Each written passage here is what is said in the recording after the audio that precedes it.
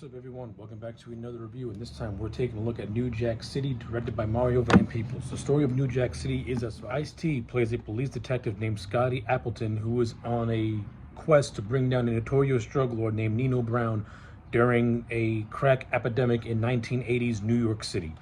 So that is the overall story of New Jack City. Let's talk about it. Overall, I think this is a great movie. I thought Mario Van Peebles did a fantastic job at directing New Jack City. I thought Van Peebles gave this film a sense of authenticity. It has a grounded, realistic feel to it. It's got that grimy, gritty, just dirty look and feel to it.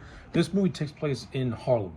It takes place in streets that are just riddled with just crime, riddled with drugs. And you have this kingpin in Nino Brown who is benefiting. You have this character in Nino Brown who is benefiting off the pain and misery of others, and he's played expertly by Wesley Snipes, who puts in a powerhouse performance.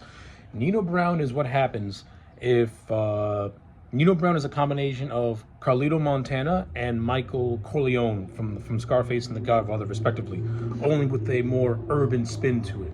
And I thought Wesley Snipes fit the role of Nino Brown perfectly. He is ruthless, manipulative, he's cunning, he'll use anything and everything he can to keep his people in line.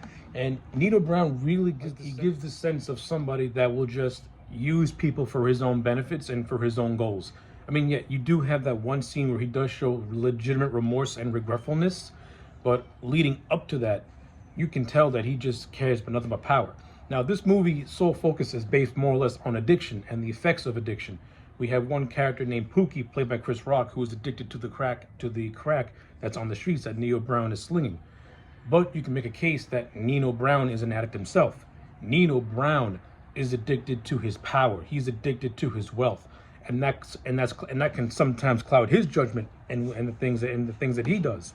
Like the way Mario Van Peebles presented this movie, he presented of like addiction is not only ruining like the streets and destroying communities, but at the same time, the power that these people have who pollute the streets with just crime, they're addicted also. Their addiction is the power that they have. And one day that power is going to come back and bite them in the ass, which is what it does for Nino Brown. Even though he tries to cheat the system, he still pays for it in the end. So I think New Jack City is a well-told story. It's backed by a great cast. Like I said, Wesley Snipes as Nino Brown, can't go wrong. He's fantastic. You have Ice Cube, who plays a police detective named Scotty. I like Ice-T, I'm sorry. Ice-T plays a police detective named Scotty, and I like Ice-T in this movie. I thought Ice-T was really good in this movie. I like the scenes that he has with Wesley Snipes. I think they played really well off one another. I like the whole revelation at the end, where it's revealed that one of the drugs that Nino sold was to Ice-T's mother, who was a school teacher, and she died as a result of it. So I like how it's very, very personal for Ice-T's character. Like, he doesn't want Nino Brown dead just to have him dead. He wants Nino Brown dead because he destroyed, in a sense, Nino Brown destroyed his life when you look at it from a certain point of view. I like it. It's good stuff. You also have Judd Nelson, who plays Scott's hot-headed partner named Peretti.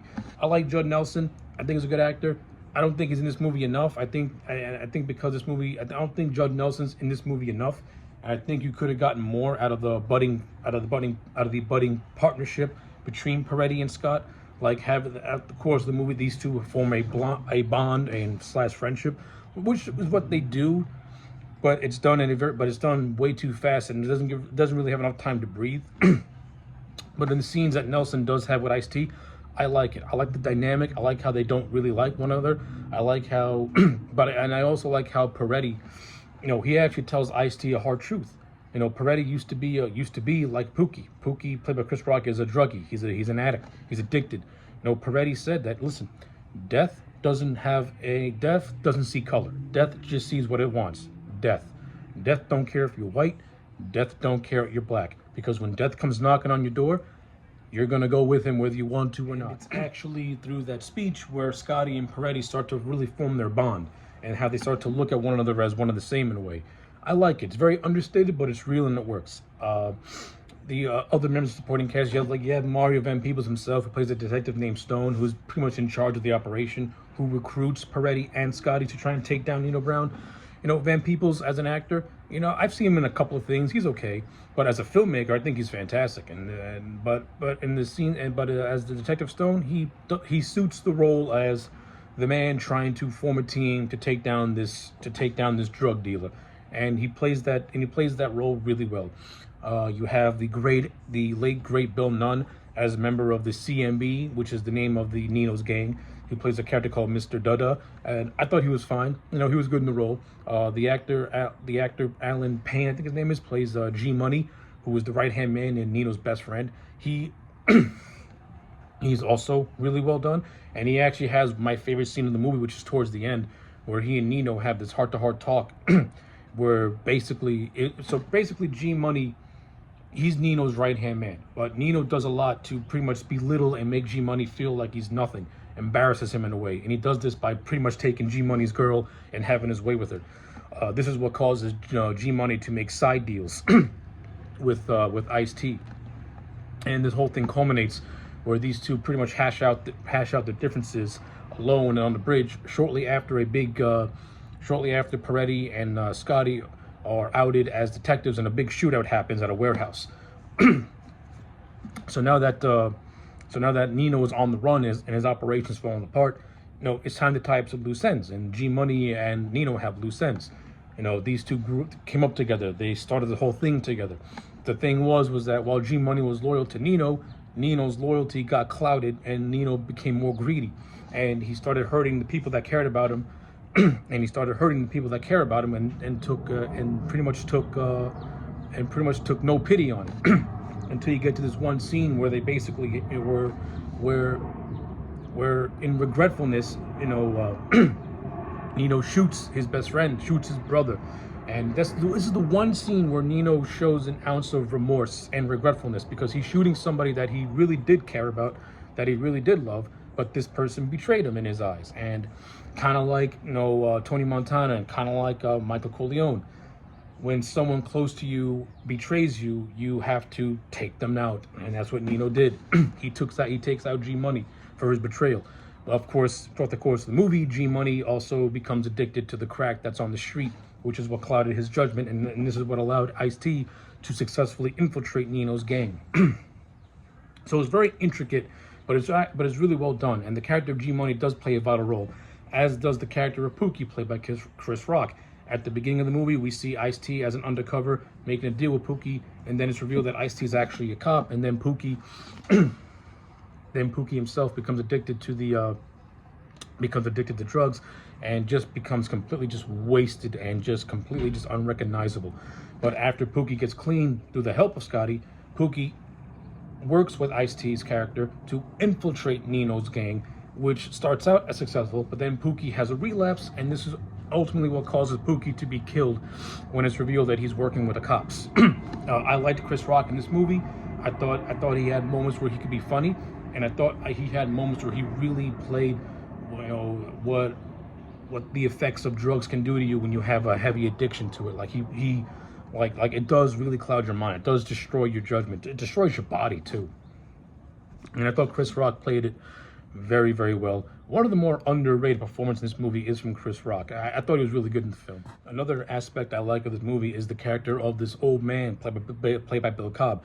Now, the whole thing about Nino is that he's trying to take over this building known as the Carter Building, the Carter apartment complex, which can be very, very lucrative for him in his drug dealings. Now, of course, the residents there don't want no part of this, and one of those residents is this old man played by Bill Cobb. So you have a lot of scenes where Cobb's character more or less interacts with Brown's character and pretty much tells him that death, that his day of reckoning is coming, and one of these days he's going to get it. And he doesn't like the fact that Nino is influencing the community around him, especially using little children and being a role model to these little children. Like when you're in Harlem, especially during this time period, when you're in Harlem in this urban setting, who do you really have to idolize except the drug slingers on the streets and these drug kingpins? You have no idols. There's no one to idolize. So the character of Bill Cobb, sees Nino as the devil, basically, and it's actually the old man that kills Nino at the end of the movie once Nino beats the justice system, where you think he's going to go away for life, but he ends up going away for a year, and then it's actually Bill Cobb's character who does the killing blow and finally kills Nino Brown, which is very poetic. And the movie did do a good job at building to this moment, because you have this great scene where the old man walks in on Nino with these little kids surround him, and he's just giving them money and just like, you know, filling their heads with like big grand ideas. But the old man knows the truth.